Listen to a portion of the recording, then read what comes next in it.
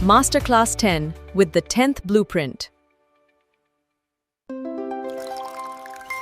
तो बच्चों, अब हम पढ़ेंगे साइंस का पहला chapter chemical reaction and equation.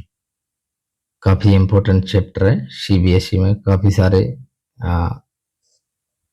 MCQ type में क्वेश्चन इस चैप्टर से आते हैं, तो ये बहुत क्रूशियल चैप्टर है। इसको शुरू से हम समझेंगे एकदम बेसिक से और एंड तक सारी चीज़ें कवर करेंगे। तो जैसा कि इस चैप्टर के नाम से पता चल रहा है कि केमिकल रिएक्शन एंड इक्वेशंस,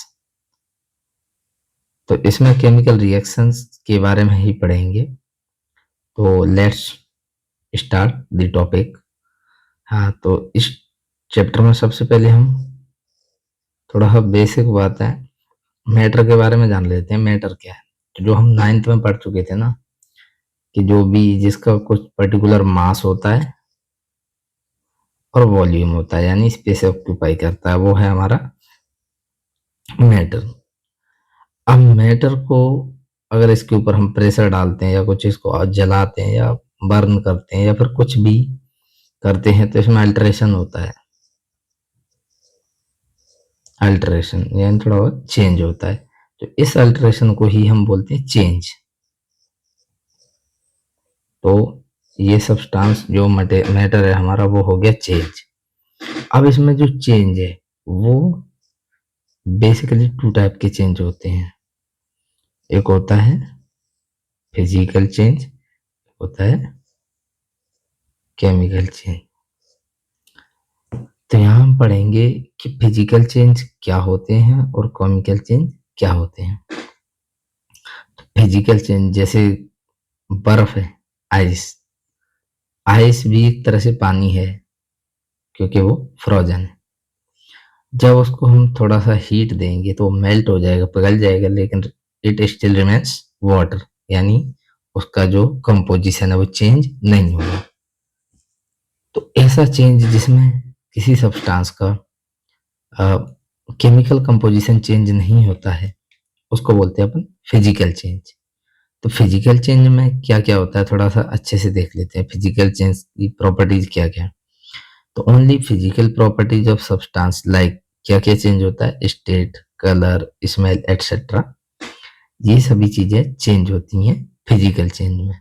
और फिजिकल चेंज की एक और विशेषता क्या है, एक और प्रॉपर्टी क्या है कि on removing of cause of change again initial substance is obtained, यानी जिस वजह से वो चेंज हुआ था, अगर मैं वो वजह या फिर वो रीजन हटा दूं तो मेरे को वापस से वही चीज मिल जाएगी। लेट्स सपोज दैट जैसे आइस है। अब आइस को हम थोड़ा सा बाहर निकालेंगे तो वहां पे टेम्परेचर अलग होगा, दैट मीन्स उसका टेम्परेचर राइज होगा। टेम्परेचर राइज होने की वजह से आइस मेल्ट हो गई बर्फ में, सॉरी वाटर में, लिक्विड फॉर्म में। अब जो सॉलिड से लिक्विड फॉर्म में आ गई, अब वो किस वजह से आई, टेम्परेचर राइज किया। अब मैं टेम्परेचर लॉस यानी टेम्परेचर को कम कर दूं वापस से, तो वापस से वो आइस बन जाएगी, यानी इनिशियल सब्सटेंस बन जाएगा। ठीक है, तो ये एक प्रॉपर्टी है। दूसरी, दिस चेंज इज टेम्पोररी, यानी ये टेम्पोररी होता है, परमानेंट नहीं होता है। यानी ice to water, water to vapour, ये चेंज हो सकते हैं। जैसे सॉलिड टू लिक्विड होता है मेल्टिंग, लिक्विड टू गैस होता है बॉइलिंग। तो ये वाटर का हो गया। अब liquid to gas, gas condense होके वाटर बना लेती है, तो वो टेम्पोररी हुआ ना, परमानेंट तो नहीं हुआ। तो फिजिकल चेंज क्या हुआ, टेम्पोररी, परमानेंट नहीं हुआ। इसमें केमिकल कंपोजिशन चेंज नहीं हुआ, that's why no new substance are formed. तो न्यू सब्सटेंस तो बनेगा नहीं, यानी सब्सटेंस वो ही रहेगा, बस उसकी स्टेट वगैरह चेंज होगी। अब ऑन दी अदर हैंड हम देखें केमिकल चेंज, तो इसकी प्रॉपर्टीज क्या है। तो इसमें जो सब्सटेंस है formed as a result of chemical change is completely different in a chemical properties and composition of composition, उसका केमिकल कंपोजिशन यानी जो उसके अंदर जो एटम्स लगे हुए हैं वो उनका कॉन्फ़िगरेशन एक तरीके से चेंज हो जाएगा और उनका रेशियो भी चेंज हो सकता है। तो केमिकल कॉम्पोजिशन एक तरीके से चेंज हो जाएगा, तो इसको हम बोलेंगे केमिकल चेंज। इसमें जो सब्सटेंस बनेगा आफ्टर दी अल्टरेशन और चेंज, वो एकदम नया होगा, तो न्यू सब्सटेंस फॉर्म होता है। तो इसमें क्या होता है, generally initial substance can not be obtained again. Generally हाँ, कुछ एक्सेप्शनल केस में ये भी रिवर्सिबल हो सकता है, बट जनरली ये नहीं होता है। जनरली ये होता है परमानेंट, और इसमें न्यू सब्सटेंस बनता है। जैसे दूध से दही बन गया, तो वापस दही से दूध तो नहीं बनेगा। या किसी कागज को जला दिया, बर्निंग ऑफ एनीथिंग, तो उसकी एश बनेगी, जो कि वापस से वो मैटर हमें प्रोवाइड नहीं करा सकती। तो बेसिक सी चीजें हैं फिजिकल और केमिकल चेंज में। बस यही ध्यान रखना है कि क्या कोई भी एग्जांपल दे दिया तो उसको हम आइडेंटिफाई करेंगे कि ये फिजिकल चेंज है और केमिकल चेंज। तो हम ये देखेंगे कि उसकी केवल फिजिकल स्टेट चेंज हुई है या कंपोजिशन चेंज हुआ है। तो इससे हमें पता चल जाएगा फिजिकल, जैसे वापस से वही सब्सटेंस मिल सकता है क्या। जैसे कागज को जला दिया, जैसे पेपर को बर्न किया, जल गया, अब जो एश बनेगी उससे पेपर नहीं, तो केमिकल चेंज होगा। जैसे एक कंफ्यूजिंग सा है कि मेल्टिंग, जैसे कैंडल होती है, उसको अपन जलाएंगे बर्न, तो उसका कुछ पार्ट तो जल जाएगा, बर्न हो जाएगा, और जो हमें लाइट और हीट प्रोवाइड कराएगा, कुछ पार्ट उसका मेल्ट होके नीचे, तो ये दोनों चेंज हो जाते हैं इस कंडीशन में। तो ऐसी चीजों को ध्यान रखना है, आपको वर्ड पकड़ना है। अगर वो मेल्टिंग बोल रहा है तो फिजिकल चेंज, अगर बर्निंग बोल रहा है तो केमिकल चेंज। ठीक है, जैसे डाइजेशन ऑफ फूड, ये सारे एग्जांपल हैं केमिकल चेंज के। फूड डाइजेस्ट हो रहा है, रेस्पिरेशन हो रहा है जिससे हमें एनर्जी मिलती है, रस्टिंग ऑफ आयरन, लोहे पे जो जंग लगती है, बर्निंग ऑफ मैग्नीशियम रिबन, यानी बर्निंग वगैरह, ये सब चीज तो chemical change. Curd, formation of curd यानी दही बनना। तो ये नीचे फॉलोइंग काफी सारे एग्जांपल मैंने लिए हैं फिजिकल चेंज। मेल्टिंग, मेल्टिंग हमारा फिजिकल है। बॉइलिंग हमारा फिजिकल है। चॉपिंग वुड्स या किसी चीज को चॉप करना। ब्रेकिंग गिलास, तो रहे रिमेन्स, इट स्टिल रिमेन्स गिलास। डिजोल्विंग शुगर इन वाटर, अब उसको फिजिकल मेथड से सेपरेट भी कर सकते हैं, तो इस तरीके को हम आ, इस तरीके के चेंज को फिजिकल चेंज ही बोलते हैं। Crushing A can, crushing, cutting, stretching, melting, wax, mixing, sand, तो ये इनमें जो टर्म दे रखी हैं, जनरली ये टर्म आपको मिल जाएंगी। सब्सटेंस चेंज हो सकते हैं, तो ये फिजिकल चेंज में हो। अब जैसे बर्निंग हो गया, रस्टिंग हो गया, बेकिंग हो गया, डाइजेस्टिंग हो गया, सावरिंग हो गया, कुकिंग, जैसे विनेगर को बेकिंग सोडा में ऐड करना, बर्निंग हो गया, फ्राइंग हो गया, राबनिंग हो गया। ये सब जो फर्स्ट टर्म दे रखी है, पीछे सब्सटेंसेस का नाम अलग अलग हो सकता है, लेकिन इन टर्म से जैसे बर्निंग हो गया, रस्टिंग हो गया, यहाँ से पता चल जाएगा हमें कि केमिकल चेंज है और फिजिकल। ठीक है जी। अब बात आती है कि केमिकल रिएक्शन क्या होती है। तो फिजिकल केमिकल चेंज अगर आप अच्छे से समझ गए तो केमिकल रिएक्शन कोई बड़ी बात है नहीं, क्योंकि केमिकल चेंज, जो केमिकल चेंज था उसी को हम बोलते हैं केमिकल रिएक्शन। जैसा कि यहाँ पे लिखा भी है, when chemical change occurs in any substance in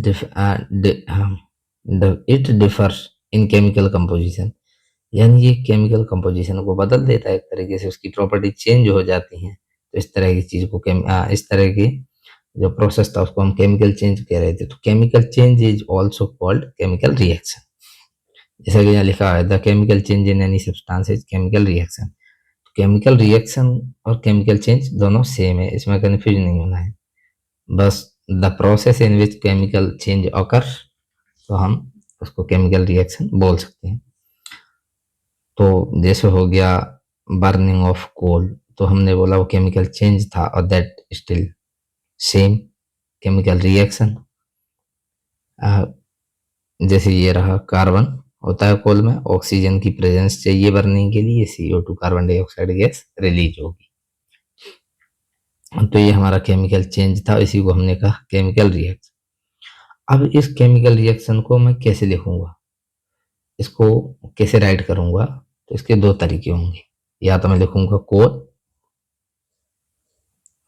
plus oxygen, oxygen फिर एरो लगाऊंगा। ये एरो का साइन केमिस्ट्री में इक्वल के साइन के हाँ इक्विवेलेंट है।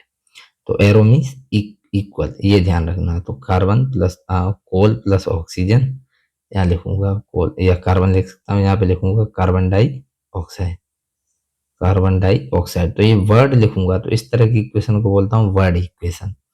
अगर मैं इनको सिंबलाइज करूँ, जैसे कोल या कार्बन को सी लिखूं और ऑक्सीजन को ओ लिखूं, तब मेरी CO2 बनेगी। तो इसको बोलूंगा मैं केमिकल इक्वेशन। जनरली यही काम आता है, ये कभी काम नहीं आता है। तो केमिकल इक्वेशन क्या हो गया कि जो केमिकल चेंज था उसी को तो मैं केमिकल रिएक्शन कह रहा हूँ। अब केमिकल रिएक्शन को मैं शॉर्ट में कैसे लिख रहा हूँ, यूजिंग सिंबल्स साइंस। तो to writing chemical equation in short using symbol और sign is called chemical equation. ठीक है, तो केमिकल इक्वेशन क्या हुआ, in any chemical reaction substances are represented by molecular formula symbols, then it is called chemical equation. ठीक है, जो अभी मैं बता रहा था कि एलिमेंट है तो एलिमेंट लिखना पड़ेगा, कंपाउंड है तो कंपाउंड, लेकिन उनको उनके हमें सिंबल्स और फॉर्मूले लिखने हैं, उनका वर्ड नहीं लिखना है। ठीक है, अब ये हो गया हमारा केमिकल इक्वेशन। अब आता है most important basic part of chemistry कि इस केमिकल इक्वेशन को कैसे लिखा जाता है और इसके कंपोनेंट्स क्या क्या हैं। तो सबसे पहला इसमें चीज होती है रिएक्टेंट।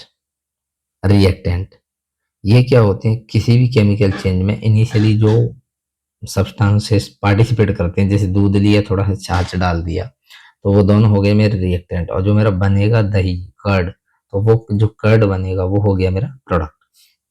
ठीक है, तो हाँ मिल्क प्लस बटर मिल्क जो दोनों मेरे इनिशियल सब्सटेंस थे, कर्ड मेरा फाइनल, तो वो प्रोडक्ट होगा। तो जो रिएक्टेंट होंगे उनको लिखूंगा मैं एरो के लेफ्ट साइड में, एरो से पहले। और जो प्रोडक्ट होंगे उनको लिखूंगा एरो के बाद में। और अगर रिएक्टेंट 2 है तो बीच में प्लस का साइन ऐड करूंगा, 3 है तो अनदर प्लस का साइन, 4 है तो अनदर प्लस का साइन। तो अगर हाँ 2 और मोर देन 2 है तो प्लस का साइन यूज करो, सिंगल है तब कोई दिक्कत नहीं, सेम प्रोडक्ट में रहेगा। प्रोडक्ट अगर सिंगल बन रहा है तब सिंगल रहेगा, अगर 2 है तो वहां भी प्लस का साइन मैं ऐड करूंगा, जैसे कि आप नीचे देख पा रहे हो। अब इसमें सबसे मोस्ट इम्पोर्टेंट बात यही है कि किसी भी केमिकल रिएक्शन में law of conservation of mass, जो फंडामेंटल लॉ है केमिकल कॉम्बिनेशन का, वो अप्लाई होता है। इसका मतलब किसी भी केमिकल रिएक्शन में mass is neither be form nor destroyed, यानी मास को ना तो फॉर्म किया जा सकता है ना ही डिस्ट्रॉय किया जा सकता है। यानी जितना हमारा रिएक्टेंट था उतना ही हमारा प्रोडक्ट रहेगा, कुछ भी एक्स्ट्रा नहीं आएगा। तो इसके लिए हमें क्या करना पड़ेगा, जितना हमारा रिएक्टेंट है उतना ही प्रोडक्ट लेना पड़ेगा। तो इसके लिए क्या करना पड़ेगा, हमको इस इक्वेशन को बैलेंस करना पड़ेगा। क्या करना पड़ेगा, बैलेंस। अगर ये बैलेंस नहीं है तो इसको स्केलेटल बोलते हैं, स्केलेटल इक्वेशन। अब बैलेंस कैसे करते हैं वो मैं आगे सिखाऊंगा, पहले हम समझ लेते हैं। तो रीजन ये है कि केमिकल इक्वेशन को बैलेंस क्यों करते हैं, तो फॉलो करने के लिए किसको, कंजर्वेशन ऑफ मास के जो लॉ है उसको फॉलो करने के लिए हम इसको, ठीक है। और वो लॉ फंडामेंटल है, यानी उसके बिना चीजें होंगी नहीं, और वो हर कंडीशन में अप्लाई होता है। तो उसको हमें फॉलो करना पड़ेगा, और उसको फॉलो करने के लिए हमें रिएक्टेंट और प्रोडक्ट दोनों को बराबर लेना होगा। ऐसा नहीं हो सकता कि रिएक्टेंट 1% भी कम हो। हाँ, तो यहाँ हम आइडियल सिचुएशन लेते हैं, neither be created nor be destroyed, जितना था उतना ही रहेगा। तो ये चीज ध्यान रखना। अब वो बैलेंस कैसे करते हैं वो मैं आगे बताऊंगा।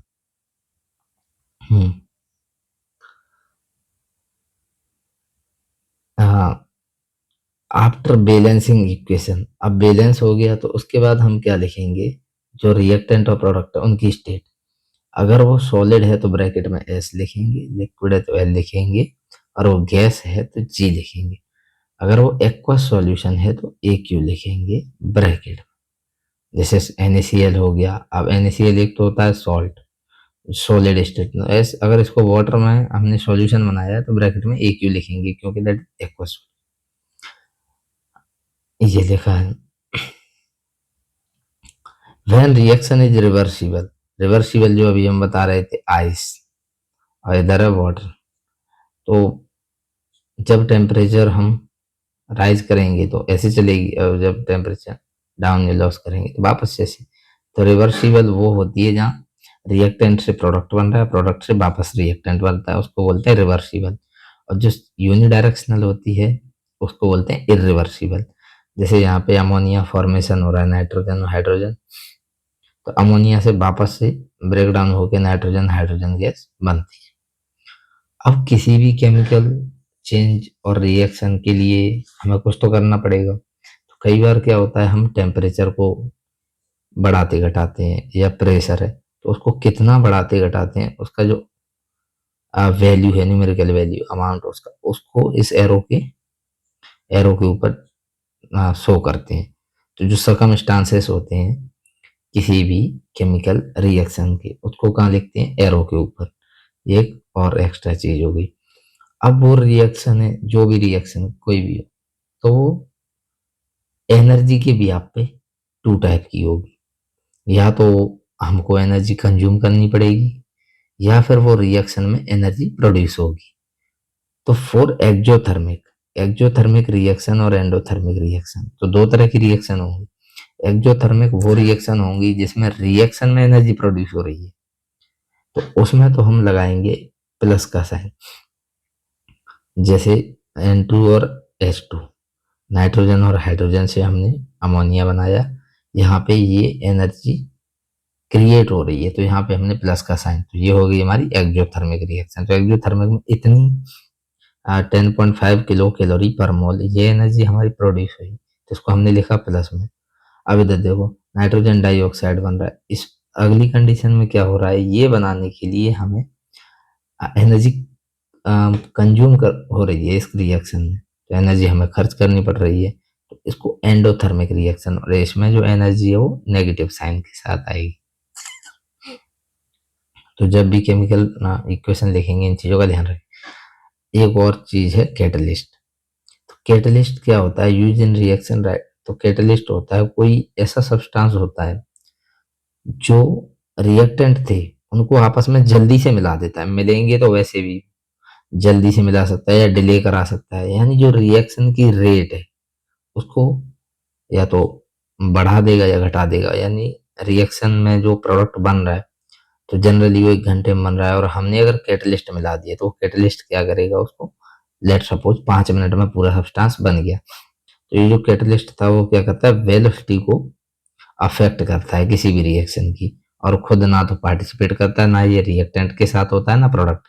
जैसे ये रहा निकेल, है ना, जो इथेन है उसका हाइड्रोजनाइजेशन होता है तो इथेन बन जाता है, इथीन, इथिन का इथेन बन जाता है। तो ये यहाँ पे 2 हाइड्रोजन और ऐड हो जाते हैं ना, तो ये जो निकेल है ये क्या करता है, इनको जल्दी मिला देता है, तो ये निकेल जो है वो कैटलिस्ट है। ठीक है, तो कैटलिस्ट क्या होते हैं ये बात यहाँ पे। जैसे एक और एग्जाम्पल, दो substances which change the velocity of chemical reaction but themselves remain unchanged, खुद कोई भी चेंज नहीं होते ये, वेलोसिटी को रिड्यूस और इंक्रीज कर सकते हैं, तो इनको हम बोलते हैं कैटलिस्ट। यहाँ पे ये रहा जैसे MnO2, और ये नीचे ट्राइंगल का साइन होता है, किसी भी चीज को अपन गर्म कर रहे हैं, हीटिंग दे रहे हैं, तो ये हीटिंग के लिए ये साइन याद रखना। स्केलेटल इक्वेशन होती है अनबैलेंस, यानी जिसमें रिएक्टेंट और प्रोडक्ट है वो अलग अलग हो सकते हैं, होंगे ही जब वो स्केलेटल है, दोनों बराबर नहीं होते तो उसी कंडीशन में स्केलेटल बोलते हैं। तो अब ये जो इक्वेशन होती है उसको बैलेंस कैसे करते हैं, इसको बैलेंस करने से पहले 2-4 चीजें हैं जिनको हमें अच्छे से समझना पड़ेगा। जैसे एक चीज, सबसे बड़ी चीज वो है एटोमिसिटी। एटॉमिसिटी, एटॉमिसिटी जैसे मैंने लिखा H2O, तो ये वाटर का एक मॉलिक्यूल है।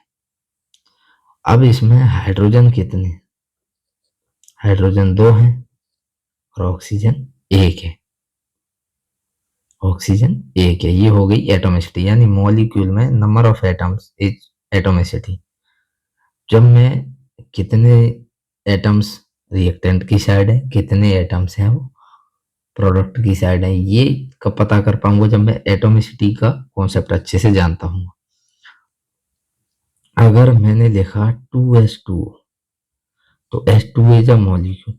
अब H2O की 2 मॉलिक्यूल, यानी ये सारे डबल हो जाएंगे, तो जो नंबर आगे होता है उसका प्रोडक्ट पूरे में हो जाता है, यानी H हमारे हो गए 4 एंड O2 डबल हो जाएगा। अगर ये 3 होता तो 3 का H में भी प्रोडक्ट होता, O में भी प्रोडक्ट होता। ये चीज याद रखनी है, जो नंबर आगे होगा उसका सारे में प्रोडक्ट होता है और जो नीचे होता है वो उसी का होता है। लेकिन कई कंडीशंस में ऐसे आ जाता है, आज जैसे आ गया H2SO4, ये आ गया, तो यहाँ पे H तो हो गए हमारे 2, H है 2, S है 1 और O है 4, क्योंकि उसके सामने तो किसी नंबर का प्रोडक्ट है नहीं, तो जिसके नीचे जो होता है वो उतने ही उसके एटम्स होते हैं। हाँ, अब मैं लिखूं Al2SO4, इसका होल थ्राइस बनेगा, तो Al तो हो गए 2। अभी ये जो ब्रैकेट है, ब्रैकेट के नीचे जो नंबर होता है वो भी पूरे ब्रैकेट में मल्टीप्लाई होता है, तो S यहाँ पे हो गए हमारे 3 और O हो गए 3 4 जा 12। ये याद रखना है बस कि पर्टिकुलर किसी एलिमेंट के नीचे नंबर है वो उसी का होता है, लेकिन अगर ब्रैकेट में है तब भी वो उसी का है, लेकिन ब्रैकेट के बाहर कोई नंबर है तो उसका पूरे ब्रैकेट में, ओनली ब्रैकेट में प्रोडक्ट होगा। अब इसके आगे लेट सपोज यहाँ पे 2 और लिख दूं, तो इस 2 का इन सब में मल्टीप्लाई हो जाए, क्योंकि ये तो नंबर ऑफ मॉलिक्यूल होते हैं, ये पूरा मॉलिक्यूलर फॉर्मूला है। तो जब आप एटॉमिसिटी निकाल लोगे तब फिर आप आसानी से हिट एंड ट्रायल मेथड से, अब एक बार और बता दूं, NaCl, यहाँ पे Na1 है, Cl भी 1 है। अगर मैं 2 का प्रोडक्ट कर दूं तो Na भी 2 होगा, Cl भी 2 होगा। अब मैंने कहा SO4, तो S होगा 1, O होगा 4। इफ आई से SO4 का होल थ्राइस, तो ये एस इस जो होल थ्राइस है, होल ट्वाइस होता है जो भी, उसका पूरे ब्रैकेट मल्टीप्लाई, एस हो जाएंगे हमारे 3 और ओ हो जाएंगे 12।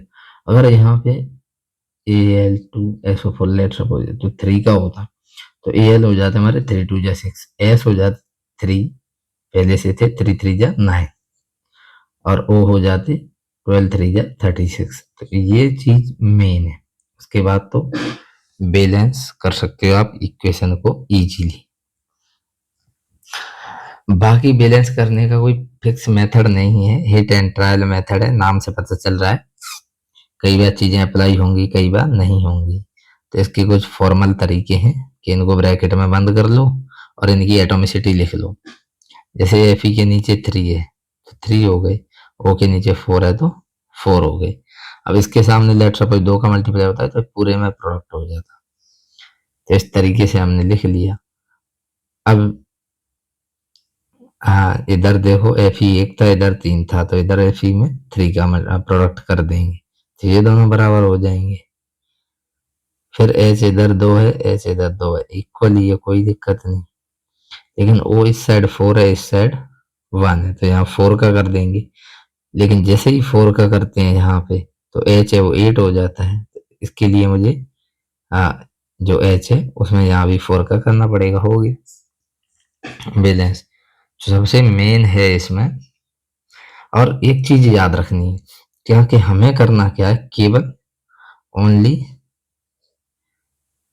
बिफोर, हम कोई भी नंबर ओनली बिफोर, ऐसे नहीं लिख सकते कि H2 है, इस 2 को हम डायरेक्ट 8 कर दें, इस 2 को 8 नहीं कर सकते हम केवल अगर इसको 8 करना है तो यहाँ 4 कर, हम केवल आगे यहाँ प्रोडक्ट कर सकते हैं, बस यही है अपने पास। और पीछे हम कुछ नहीं कर सकते। ये चीज याद रखना है। हमें नंबर्स काउंट करने कि किस तरफ कितने एटम है, और हमारे पास करने को केवल एक ही चीज है, हम केवल आगे मल्टीप्लाई करेंगे। जैसे एक इजी सा बता दो, N2 प्लस H2, इस तरफ हो गया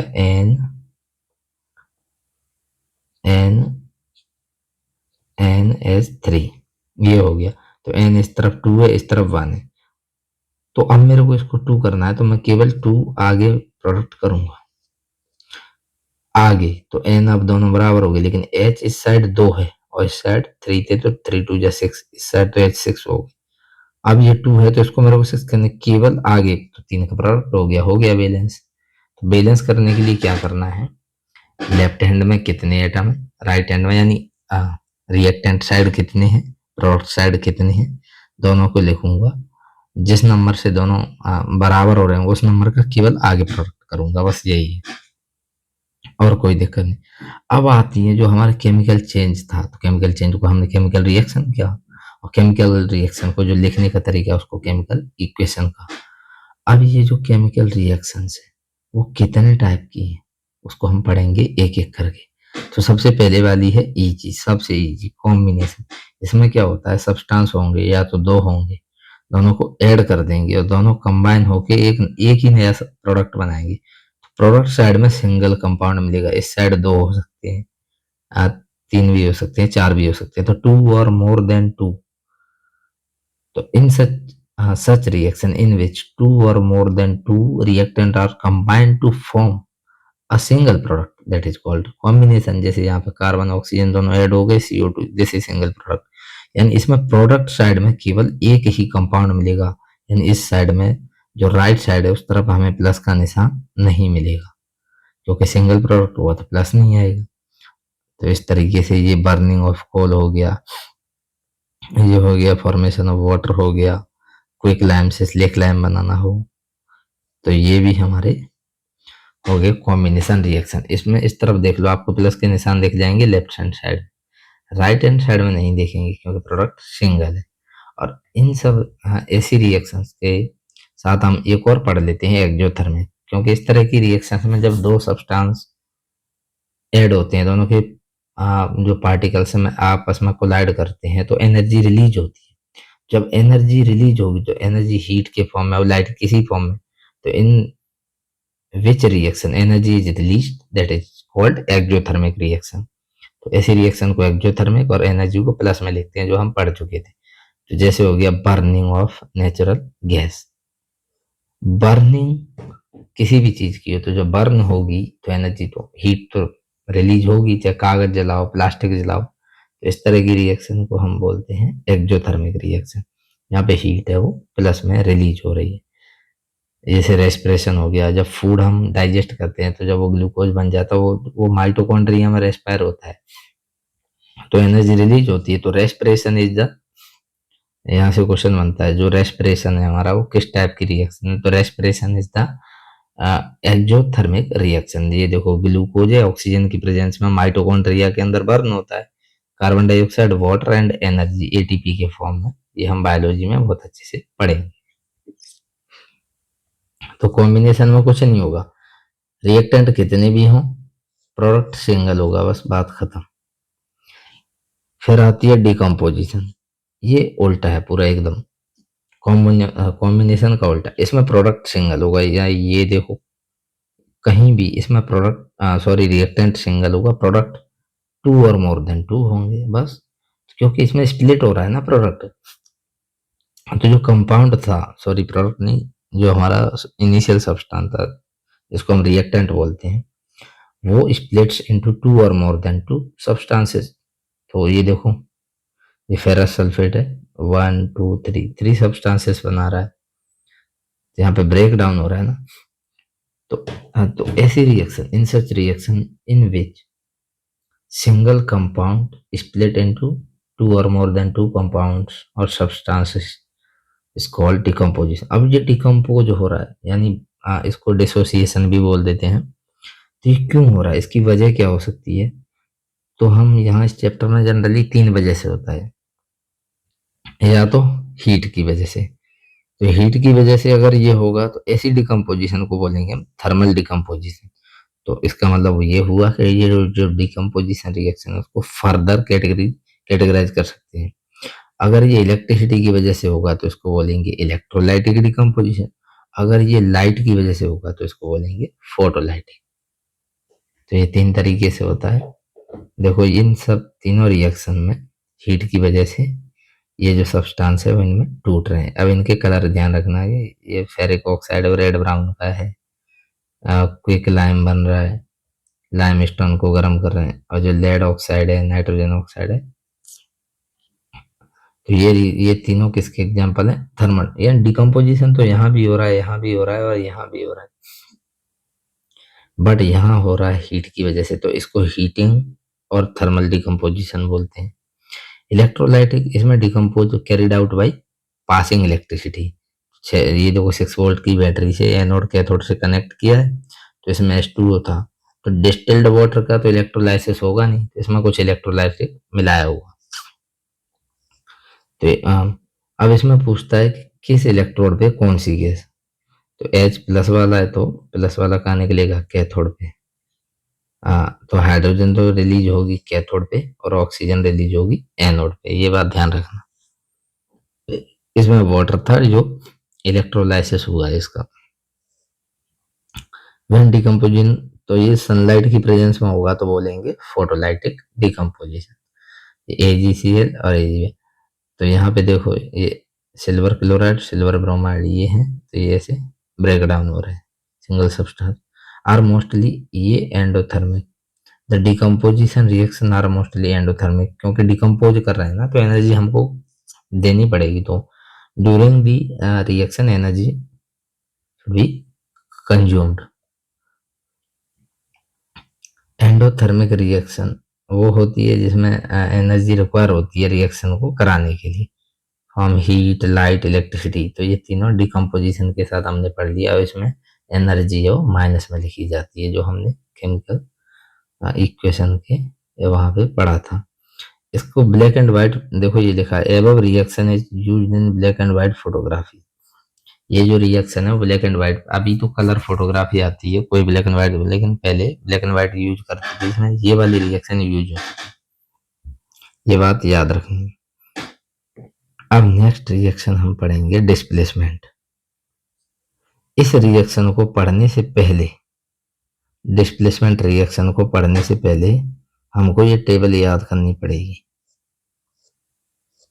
क्योंकि ये एक टेबल है जिसमें जो ऊपर वाला एलिमेंट है वो मोर रिएक्टिव है, नीचे वाला है वो लेस रिएक्टिव है। यानी जो पोटेशियम है वो सबसे ज्यादा रिएक्टिव है, सोडियम है, बाकी ये जो नीचे वाले इन सबसे ज्यादा रिएक्टिव है।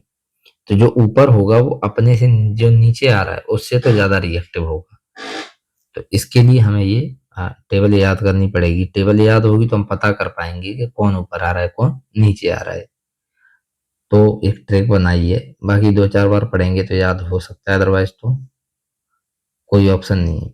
तो केतन ने नाना से कार मांगी, तो केतन ने नाना से कार मांगी, शुरू के 4 हो गए। Ketan for potassium, Nana for sodium, car for calcium, मांगी फॉर मैग्नीशियम। अब जिसके फेवर में या जिनके फेवर में पिताजी भी थे, तो जिनके से हो गया जिंक, फेवर से हो गया Fe, और पिताजी भी तो Pb हो गया है। तो जिनके या जिसके फेवर में पिताजी भी हैं, 4 ये ऐसे याद हो गए। तो केतन ने नाना से कार मांगी जिसके फेवर में पिताजी भी है।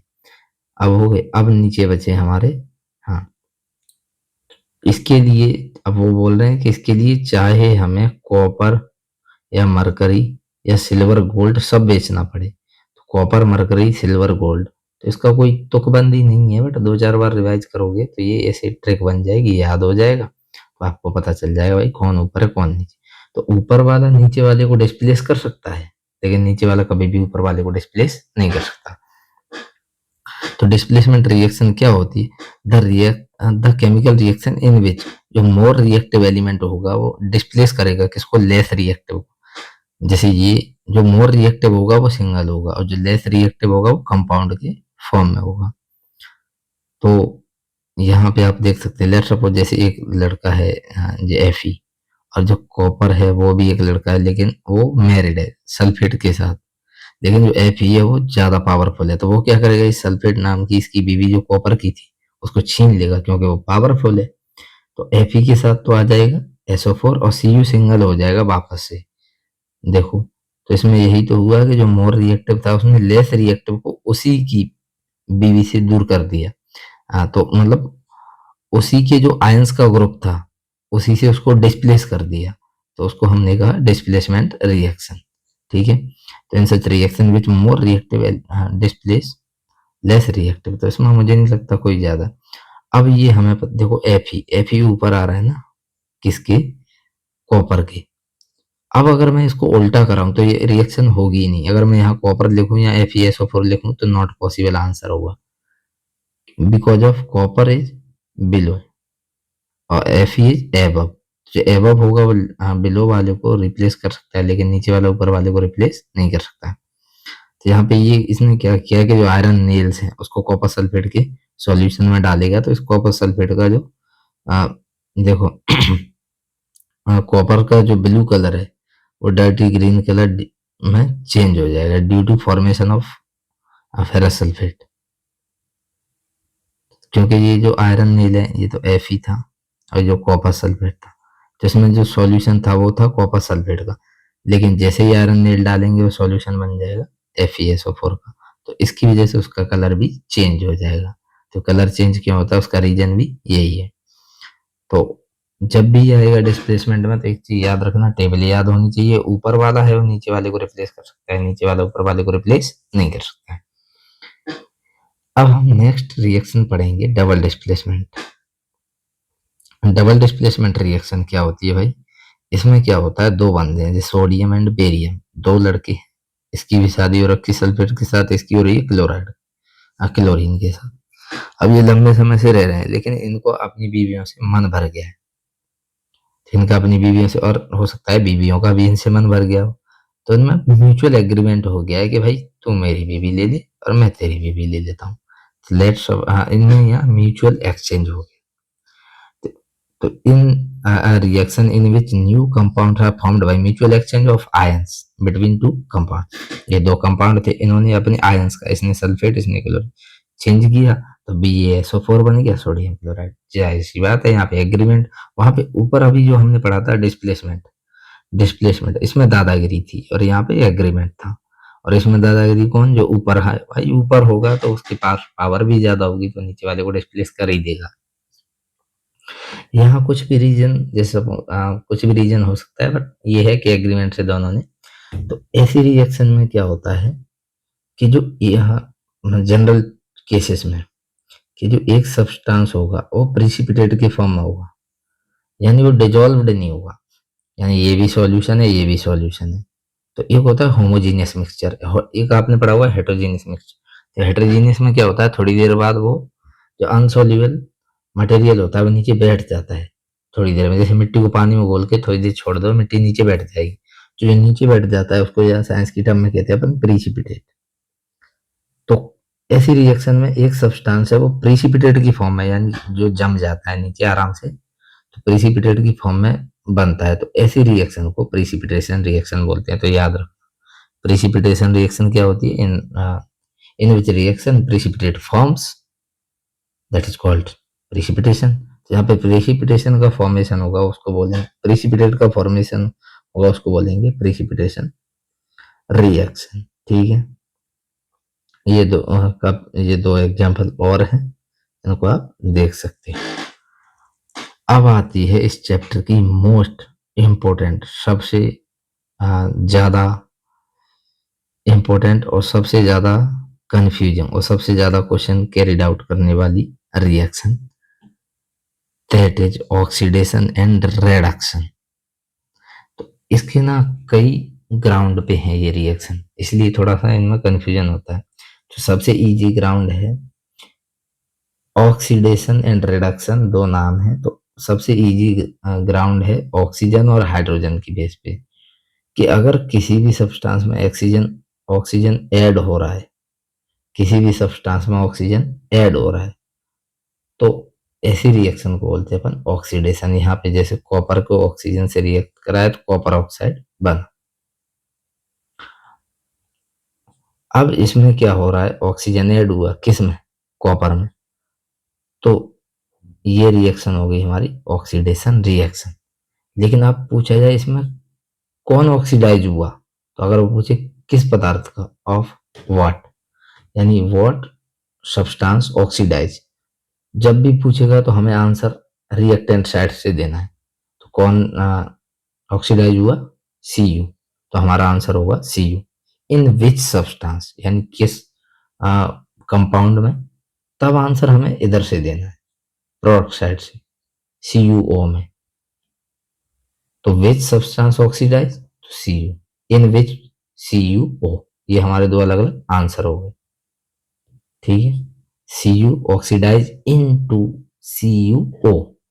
नेक्स्ट में देखो CuO था, इसमें से O निकल गया, तो O निकल गया तो ये बना Cu।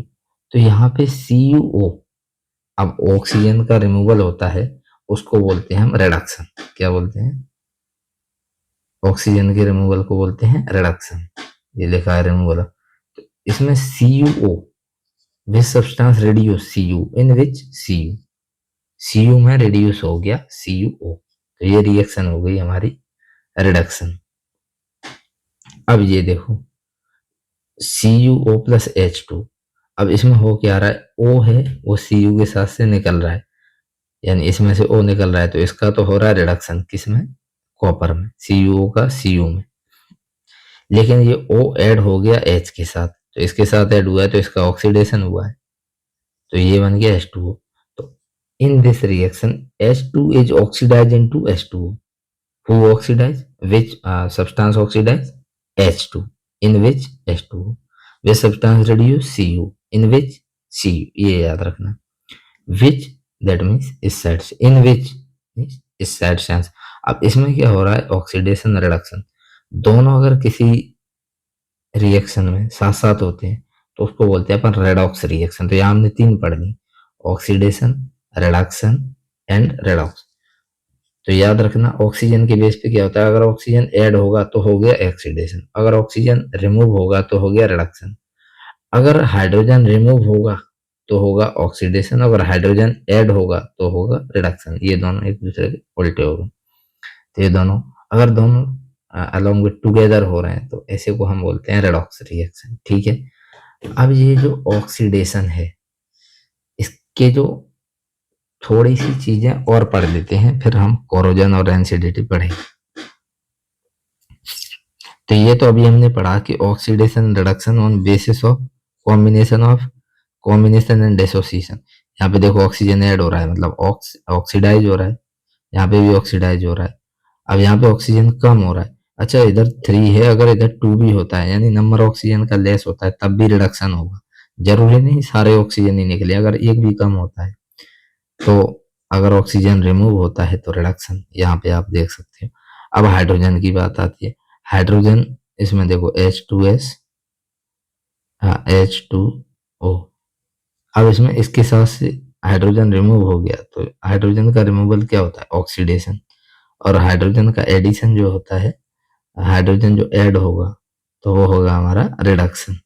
ये यहाँ पे देखो, यहाँ पे ये दो हाइड्रोजन ऐड हो जाएंगे इसके साथ, तो ये रिडक्शन हो गया। अगला ग्राउंड क्या है, बेसिस ऑफ इलेक्ट्रोपॉजिटिव एलिमेंट, यानी ये देखो electro reduction on the basis of addition and removal of electropositive element. हाँ, यहाँ पे ये जो पोटेशियम है ये इसका इलेक्ट्रॉन कॉन्फ़िगरेशन होता है 2881, लास्ट में एक इलेक्ट्रॉन गिव करता है, तो प्लस जो प्लस देता है उसको इलेक्ट्रोपॉजिटिव और जो रिसीव करता है उसको इलेक्ट्रॉन, तो इलेक्ट्रोपॉजिटिव है, क्लोरीन के साथ ऐड हो रहा है ना। तो the reaction in which electropositive element is removed, तो इलेक्ट्रोपॉजिटिव आई के साथ यानी आयोडीन, पोटेशियम आयोडाइड, ये एक सब्सटेंस है पोटेशियम आयोडाइड, इसमें इलेक्ट्रोपॉजिटिव था लेकिन वो निकल गया, तो ये हो गया यानी Ki ऑक्सीडाइज इनटू I, और जो Cl है अब इसके साथ पहुंच गया तो ये रिड्यूस हुआ है KCl। ये याद रखना, बस और कुछ नहीं है। हाँ, इलेक्ट्रोपॉजिटिव इलेक्ट्रोनेगेटिव उल्टा होता है। फिर आता है बेसिस ऑफ इलेक्ट्रॉन, यानी अगर रिएक्शन मॉलिक्यूल डोनेट्स इलेक्ट्रॉन, यानी इलेक्ट्रॉन अगर निकल रहा है, जैसे सोडियम के पास 281 11 होते हैं, लेकिन ये किसने दे दिया, तो सोडियम प्लस बनाएगा, सोडियम प्लस का होगा 28। तो अगर एक इलेक्ट्रॉन रिमूव हो रहा है, डोनेट कर रहा है कोई भी, तो उसको ऑक्सीडेशन अगर इलेक्ट्रॉन ले रहा है, जैसे क्लोरीन होता है वो इलेक्ट्रॉन लेता है, तो क्लोरीन 287 होता है, जब वो एक इलेक्ट्रॉन रिसीव कर लेता है तो Cl माइनस बनाता है, तो उसको बोलते हैं अपन रिडक्शन, जो कि यहाँ पे ये दे रखा है। तो अगर इलेक्ट्रॉन डोनेट करेगा तो ऑक्सीडाइज होगा, इलेक्ट्रॉन रिसीव करेगा तो रिड्यूस होगा। अब हम दो चीजें पढ़ेंगे, एक होगा रिड्यूसिंग एजेंट और एक होगा ऑक्सीडाइजिंग एजेंट।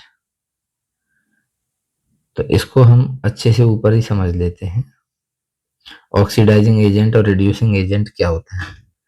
अब CuO है, इसका हुआ है रिडक्शन, लेकिन किसकी वजह से हुआ है, H2 की वजह से, क्योंकि अगर ये H है वो O को लेता नहीं, तो ये Cu देता किसको, तो जिसकी वजह से रिडक्शन हुआ है वो होगा रिड्यूसिंग एजेंट। यानी जिस सब्सटेंस का खुद का ऑक्सीडेशन होता है वो तो होता है रिड्यूसिंग एजेंट। अब इसका ऑक्सीडेशन क्यों हुआ, क्योंकि इसने ऑक्सीजन दिया।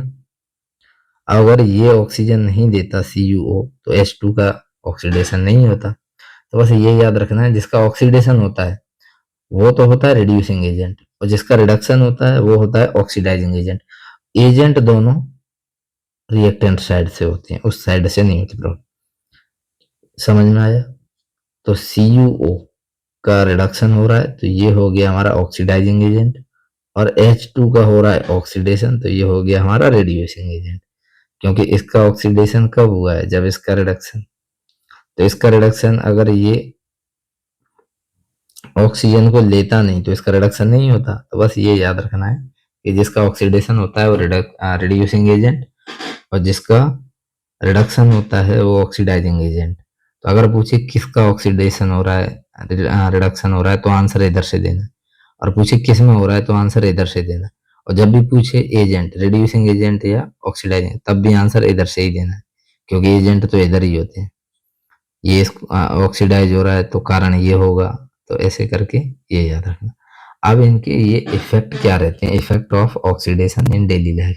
एक होता है कोरोजन, अच्छे खासे परिचित होंगे कि जो मेटल होते हैं उसको एक्सपोज रखा जाता है, एक्सपोज किया है कहाँ पे, मॉइस्चर, यानी उसको खुला छोड़ दिया जाए मेटल को, तो वहां पे थोड़ा सा पानी हो और उसको हवा मिल जाए या फिर एसिड, ये सब मिल जाए, तो उसके ऊपर एक ऑक्साइड की लेयर बन जाती है, हाइड्रेट ऑक्साइड।